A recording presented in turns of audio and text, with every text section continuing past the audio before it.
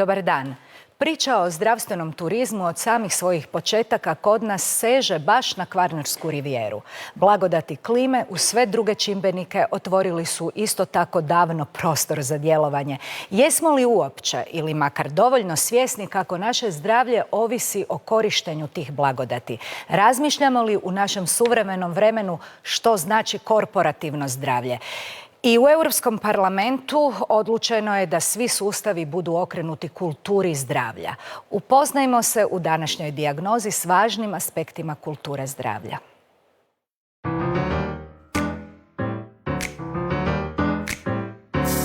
O kulturi zdravlja ili takozvanom korporativnom well-beingu. Naše zdravlje ogleda se u radosti života i rada. Što je to stres lokomotornog sustava? Nova znanja o stilovima života, kako promijeniti stare navike i izaći iz zone komfora. O mentalnom well-beingu.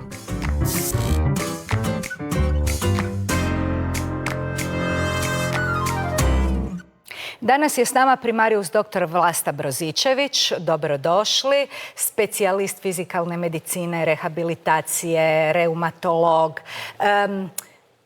Službena liječnica Hrvatske skijaške reprezentacije i Hrvatskog olimpijskog odbora i idejna začetnica onog o čemu ćemo danas govoriti, a to je jedan nedavno održan kongres o korporativnom well-beingu ili evo kulturi zdravlja kao što sam najavila u samom uvodu. Još jednom hvala što ste tu.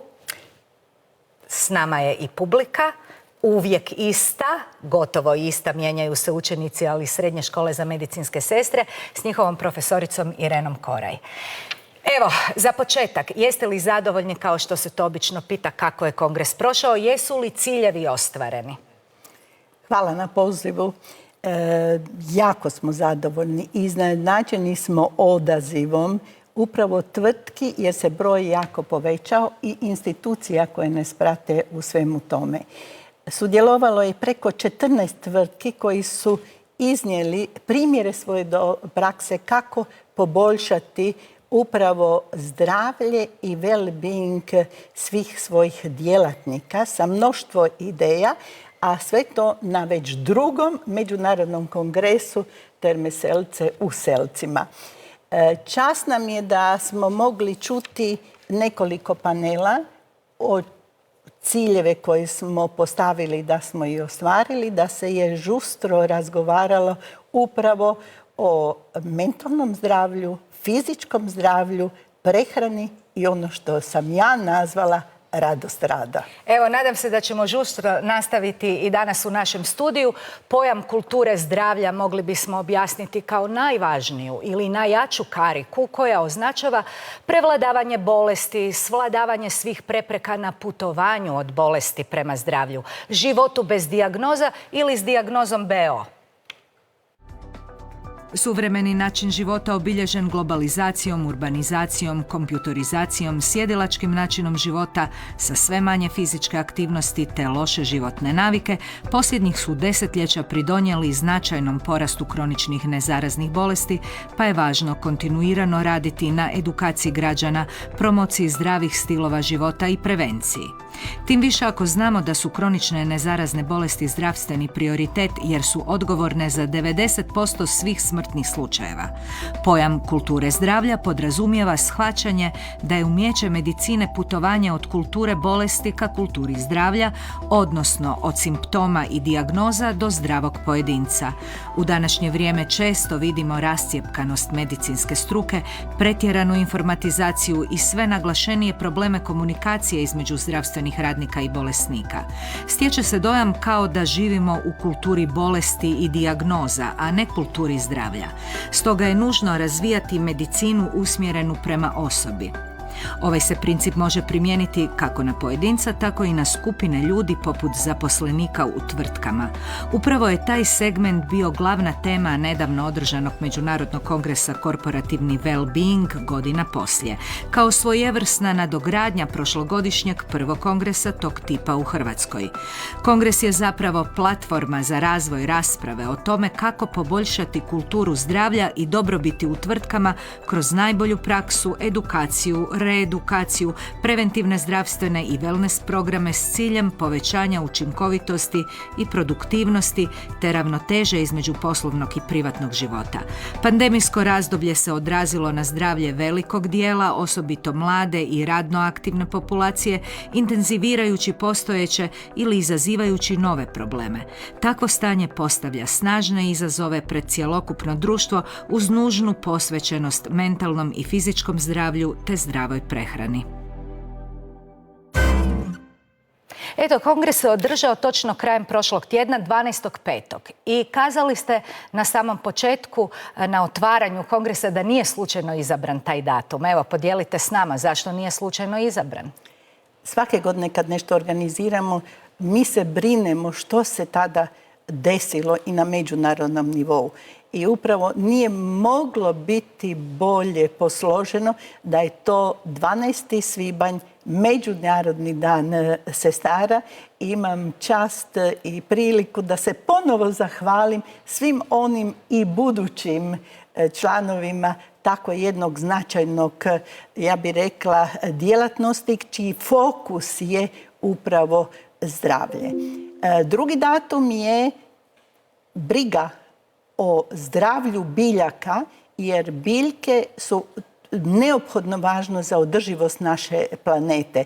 A ja bih rekla da zdravlje planete upravo ovisimo i mi, kako naše osobno zdravlje, tako i zdravlje obitelji, lokalne zajednice i globalno šire.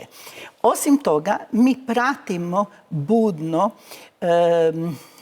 programe koje su na neki način inicirane od UN Kompakt i UN Agende 2030 koji imaju veliku misiju upravo da preveniraju i naše zdravlje. I tom prilikom smo imali također prilike da čujemo eksperte iz Rima koji su doprinijeli koji rade i u svjetskim zdravstvenim organizacijama, odnosno FAO, i otvorili su brojna pitanja, a i ideje kako možemo uz hranu i biljke i svoje zdravlje još dodatno unaprijediti. Da, to su osnovne poruke, a ono što ste vi stalno isticali i ističete, i evo na početku naše današnje emisije, bila je ta radost života i rada. U svojoj dugogodišnjoj praksi sigurno ste došli do točke gdje ste osjetili da je to neka značajna poruka u cijeloj ovoj priči. Pa kako do radosti života i rada? Samo zdrav djelatnik, samo zadovoljni djelatnik može pružiti najbolje svojoj tvrtci, svojoj kompaniji, a za to trebamo ponoviti definiciju radosti rada. Ja sam bila slobodna pripremiti, što znači radost. Radost je imenica, osjećaj ponesenosti i dragosti, izazvan ljepotom, skladom i ono najvažnije, unutrašnjim zadovoljstvom. A rad je također imenica, svjesna i svrsishodna djelatnost radi postizavanja korisnog učinka za zadovoljenje osobnih, ali i nekih proizvodnih potreba. Prema tome, ako spojimo te dvije imenice, mi ne idemo na posao da bi mi na neki način tamo radili, da bi se tamo žrtvovali. Mi tamo idemo da bi se ispunili, da bi pomicali svoje granice, svoje intelektualne sposobnosti i da bi koristili drugima. Kao što, na primjer, medicinske sestre pomažu bolesnicima. Mi, liječnici, u timu pomažemo cjelovito zdravlje. Zdravlje i osobna dobrobit ulog su za dobrobit zajedničke tvrtke, organizacije, kompanije. To je na tragu one priče kako svi prečesto očekujemo i mislimo što bismo mogli dobiti ili uprihoditi, ali što bismo sami mogli dati, pružiti za dobrobit obitelji, društva, planete. Cilj svakog poslovnog čovjeka je da dugoročno opstane. Dakle, svi mi kao poduzetnici, kao menadžeri odgovorni smo za svoje ljude, za svoje familije i moramo ulagati u sebe, u svoje mentalno i fizičko zdravlje kako bismo izdržali naš radni dan. Naš radni dan ponekad traje 10, 12, 15 sati. Dakle, to je nemoguće ukoliko se ujutro kad se ustanemo ne napunimo pozitivnom energijom, odradimo nekakav lagani trening i tako i sa tom pozitivnom energijom izađemo među poslovni svijet. Ne kaže se uzalud kako zračiš, tako privlačiš. Hrvati su, nažalost, jedna od najdebljih nacija. 35% djece je pretilo, 65% Hrvata je pretilo. Znači, treba promijeniti kompletno cijeli mindset od korporacija, od nas poduzetnika koji vlastitim primjerom moramo pokazati našim djelatnicima da je zapravo zdrav život stil života. Eto, rekli smo u samom uvodu da ćemo pričati s vama, a o čemu drugom nego vašu struku, što je to zapravo lokomotorni stres na kojeg ste upućivali, što zapravo znači stres lokomotornog sustava? To je jedan termin koji sam ja uvela. Evo. Mi znamo da se je promijenio stil života, ali i stil rada. Nažalost, sjedalački način života, ne samo 5 sati, 6 sati, nego imamo mlade ljude, pogotovo iz IT kompanija koji sjede i 10 i više sati. A da ne kažemo da provedemo i van radnog u privatnom životu vrijeme uz mobitele i nove tehnologije. U mojoj praksi vidimo da dolaze pacijenti i kažu pa mladi muškarci, doktorice, umoran sam, ne mogu se koncentrirati, imam crvene oči, boli me vrat, boli me koljeno, a ne mogu više ni vježbati toliko u teretani ili koristim adrenalinske sportove, eto, desila mi se ruptura ahilove tetive.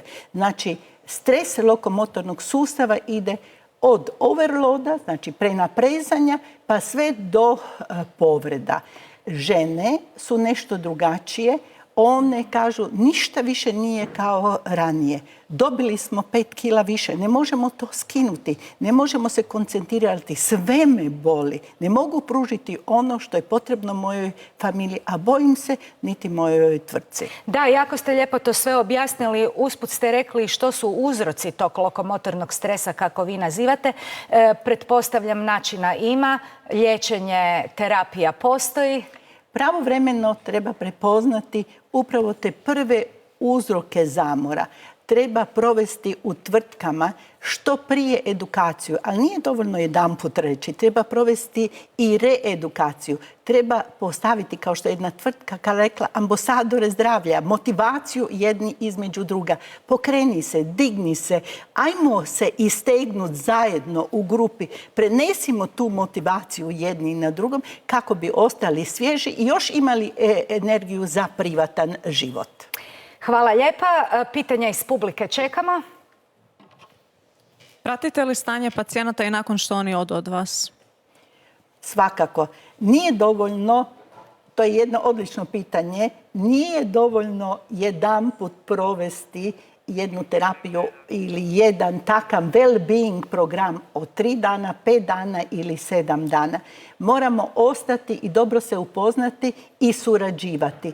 Ta suradnja da se usvoje nove navike i neke stare da polako postepeno odbacuju. Tako uz nove tehnologije nije više potrebno i online raditi. Ne smijemo zaboraviti i koronu i koji je pečat ostavila i tako je dobrobit zaposlenika ključan čimbenik u utvrđivanju dugoročne učinkovitosti organizacije, a o tome je pričao sudionik kongresa iz Ministarstva rada, mirovinskog sustava, obitelji i socijalne politike. Mi pokušavamo podignuti svijest i poslodavaca i radnika u smislu rada na siguran način i to je jedan od naših prioriteta kako bi se smanjio i minimalizirao koliko god je to moguće ozljede na radu. U ovom drugom segmentu Zakona o radu gdje smo zadnjim izmjenama o radu prepoznali i rad od kuće i rad na daljinu, odnosno prilagodili smo zakonodavstvu ono što je postala praksa zbog COVID-a, kada smo svi radili od kuće, prepoznali smo, pokušali smo zaštititi određen broj radnika koji su eksplodirali u pandemiji, a kad to mislim na platformske radnike, tu upravo putem vaučera za cjeloživotno obrazovanje, odnosno dokvalifikaciju, prekvalifikaciju sadnih radnika gdje je težište na radniku, ne na poslodavcu. Kako je korona zapravo utjecala na cijelu ovu priču? To uvijek pitam, a utjecala je na sve. Moram reći da ništa nije kao što je bilo. Kao što je to bilo. Da. Nažalost, mnogi još imaju posljedice, mnogi dolaze zbog mnogih simptoma post-covid bolesti i to nije tako lako riješiti. Neki su zaista bolesnici radno aktivni i mladi ljudi imaju i još pomanjkanje koncentracije, nemaju još njih, imaju pomanjkanje slabosti nogu, parestezije i mnoge još druge boljetice. Ono što je bitno reći je da za vrijeme COVID-a smo bili svi online jer mnogi su radili od kuće. Jedan dio se je vratio svojim tvrtkama, ali neki su ostavili. No, međutim, radni ergonomski uvjeti u kućnim uvjetima nisu jednaki kao što je tu. A tu je i problem svih ostalih ukućana ili malih životinja koji nas na neki način prate u našem životu. Ono što je bitno, ja volim reći, mi smo u kućnim uvjetima obučeni do pojasa i spremni za posao, ali od, ja bih rekla, struka na dole radimo u papučama. Javile su se mnoge druge problemi lokomotornog sustava, kao što su to plantarni fascitisi. Mnogi su, nažalost, dobili na body mass indeksu, odnosno na tjelesnoj težini, jer su bili blizu izvora hrane, a i socijalno druženje nam je izostalo. Tako da smo emotivno nadoknadili, nažalost, kroz konzumaciju nekih prehrambenih, prekaloričnih namirnica.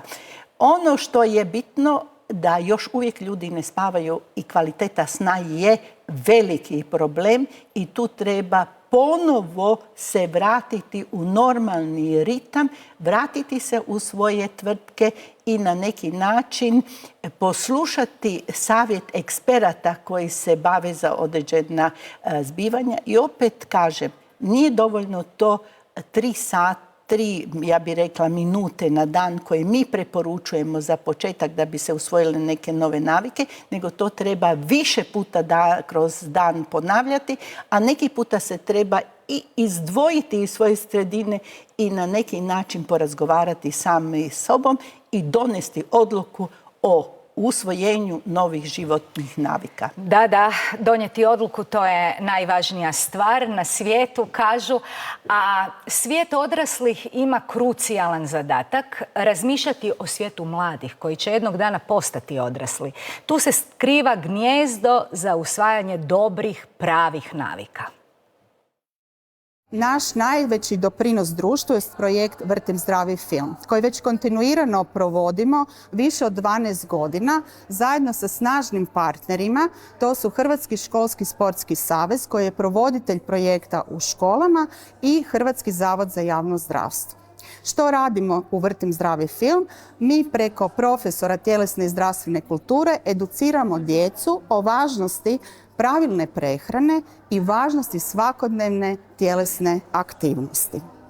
Prošle godine u 175 škola u Hrvatskoj obuhvatili smo više od 16.400 djece koje su prošle taj program, a zadovoljstvo djece je ogromno i 50% djece kaže da su nakon edukacije u stvari već nešto promijenili u svojim životnim navikama ka boljima.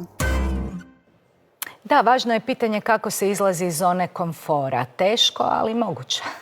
Svakako.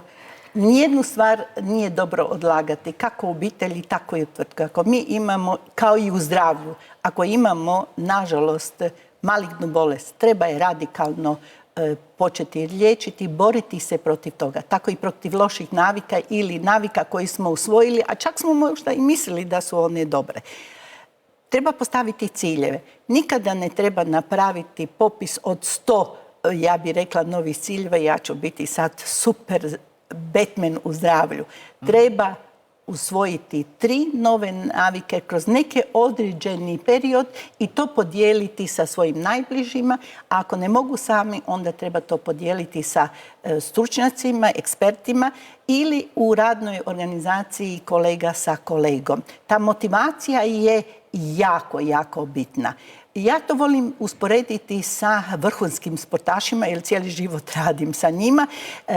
Zamislite, kad si oni zamisle da idu na olimpijadu, nijedan trening im nije mrski, nijedno kišno vrijeme, ni snijeg im nije mrsko, nego dapače raduju se da to mogu učiniti jer znaju da će biti nagrađeni dobrim rezultatom. Tako, ako izađemo iz zone komfora, mi ćemo sigurno imati pozitivne učinke, a ono što je jako bitno, smanjit će se anksioznost, napetost, pa ja bih rekla i ono što se sada priča u novinama, to je kolektivna depresija. Da. Slušamo pitanja iz publike. Smatrate li da li Hrvatska ulaže dovoljno sredstava i napora za razvoj zdravstvenog turizma? To je jedno jako dobro pitanje. Ja sam ponosna da upravo dolazim iz regije gdje postoji tradicija 130 godina zdravstvenog turizma. Ono što je bitno reći, Hrvatska ima ogroman potencijal za još unapređenje i još, ja bih rekla, prepoznatljiv zdravstveni turizam, čak i unikatni zdravstveni turizam, jer imamo čisto more, lijepi zrak, imamo zdravu hranu, prirodne ljepote, a ono što je bitno, imamo mediteransku prehranu. Apsolutno. A ono što bi rekla, postoji strategija zdravstvenog turizma. Ja sam jedan isto član odbora i naš pilot projekt CERTEH je u strategiji zdravstvenog turizma grada Crikvenice za 20-30 godinu. Hvala lijepa. To je ta simbioza, ta sinergija ekonomije, gospodarstva i medicine i to jasno ima potencijala i treba imati samo strpljenja da to još više dođe do izražaja, o čemu govorimo mnogo godina. Evo još nekoliko savjeta docentice Dijane Majer, epidemiologinje iz Hrvatskog zavoda za javno zdravstvo, koja se nije libila reći koja bi to zlatna pravila bila za životno učenje, bez onih loših utjecaja koji nisu dobri po zdravlje ni najmanje. Dijete koje od početka mu se usađuju zdrave navike, zdrave prehrane, boravka na svježem zraku, tjelesne aktivnosti. Dijete kada vidi svoje roditelje, da se roditelji zdravo hrane, da roditelji ne puše, da piju, da ne konzumiraju alkohol, već od kuće kad krećemo, kad vide one u okruženju, ako žive zdravo, velike su šanse da će oni u svom budućem životu kao odrasle osobe te zdrave navike zadržati. Međutim, vrlo je teško kada imamo tinejdžera, kada imamo mladu osobu koja je zapravo buntovna. Adolescencija je sama po sebi period, razdoblje u životu kada se bunimo, kada ne prihvaćamo, kada baš hoćemo kontra, pogotovo kada nam to kažu roditelji, kada nam kažu naši bližnji. Ali već kada nam kažu vršnjaci, pa kad kažu ne idemo, evo nećemo sad provesti za igricama, nećemo biti za kompjuterom, idemo rađe van, idemo igrati nogomet, idemo se baviti sportom, idemo voziti bicikl, idemo hodat. Hodanje je najzdravije navike, znači hodanje nas ništa ne košta. Hodanje ne zahtijeva nikakve financijske izdatke, ali idemo se prošetati do škole, idemo se prošetati na igralište, idemo provesti više u prirodi, već samim time zapravo utječemo pozitivno na svoje zdravlje. Možda je evo ovdje dio da posvetimo nekoliko rečenica, ali onih bitnih o toj blagodati koju mi imamo, a to je mediteranska kuhinja. Mediteranska prehrana je od Svjetske zdravstvene organizacije 90. ranih godina proglašena jednom najoptimalnijih upravo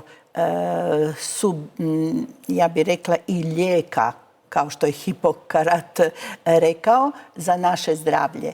Ono što je bitno istaknuti da naša rivijera ima bogatu tradiciju, da smo mi već 1996. godine na neki način uveli i objavili rad sa profesorom Franovićem da je zdrava mediteranska prehrana europska viza Hrvatske za ulazak u Europu i jako smo ponosni da upravo mi imamo tu tradiciju. Mnoge suradnja sa mnogim hotelima, restoranima svih dekada je urodila plodom. Sada se lokalna zajednica identificirala koje gura samostalno napredne mediteranske, ja bih rekla, i recepte, kao što to su putovima plave ribe. A ono što je bitno, ta mediteranska prehrana zaista treba utjecati konačno i na kopno. I mi se moramo barem, ja bih rekla, minimalno 2 do 3 puta tjedno hraniti sa mediteranskom prehranom. Izaći iz zone komfora. Dio ljudske prirode svakako su i viroze i gripe na godišnjoj bazi, zbog čega na isti način ne bi prihvatili, a posebno i prevenirali, tjeskobe i anksioznosti koji su također dio naših života. Za mentalno zdravlje važne su prehrana i kretanje. Stvoreni smo i za kretanje i za hranu. Ključ su loše životne navike. Znači, mi ljudi na Mediteranu loše se hranimo. Svi mislimo da mi jedemo svaki dan ribu. Mi jedemo jako malo ribe. Znači, naša djeca piju gazirana pića, energetska pića. I to piju 5 puta tjedno po ne znam koliko litara. Znači, voda se uopće ne pije.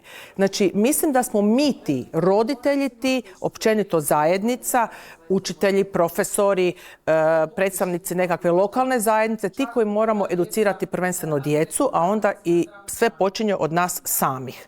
Znači, mislim da je ključ u promjeni životnih navika, u promjeni percepcije što nam stres donosi, jer svi kažu zbog stresa jedemo, i općenito u tjelovježbi, jer se mi jako malo krećemo.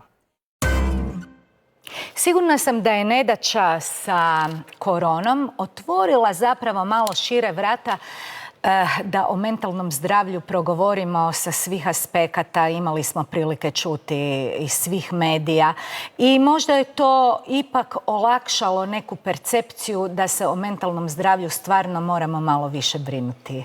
Ja smatram da smo jako napredovali, da je skinuta jedna tabu tema, jer mentalno zdravlje ne znači da smo bolesni, da moramo ići u bolnicu. Samo sretan i zdrav djelatnik može polučiti jedan balans između privatnog i poslovnog života, koja je posebna tema, ali daje nam snagu i, ja bih rekla, jednu brzu rekondiciju da dobro obavljamo svoj posao. Ono što je bitno za mentalno zdravlje, to je da smo otvoreni, i predstavnica Europskog parlamenta nosila je bedž koji kaže Let's talk. I sve tvrtke koje su otvorene da saslušaju svoje djelatnike o njihovim vlastitim poteškoćama pa i nevoljama, to je iznenadilo predstavnicu koliko smo mi napredovali već i u odnosu na prošlogodišnji međunarodni kongres. Tako da jedna od tema u suradnji sa Europskim parlamentom biti će upravo mentalno zdravlje i sljedeće godine u fokusu. Evo, upravo ste i odgovorili. Znači, ne prekidamo jednu svježe, ne mogu sad reći tradiciju, ali postaće tradicija, to sam sigurna. Dakle, sljedeće godine se već priprema novi kongres. Za kraj, evo, završno. Ja bih rekla samo jedno. Imamo jedno zdravlje, živimo i radimo da smo ispunjeni u tvrtkama, u obrtima, poduzetništvu, a utakmica za zdravlje donosi nam radost života i, ono što sam rekla, radost rada. Hvala vam najljepša, primarijus Brozičević. Bila je to primarijus dr. Vlasta Brozičević na temu kulture zdravlja koju smo promovirali. Jasno, povod je bio nedavno održan kongres u Selcima. Hvala vama, hvala publici, hvala gledateljima. Veliki pozdrav. Ostanite uz programe Hrvatske radiotelevizije.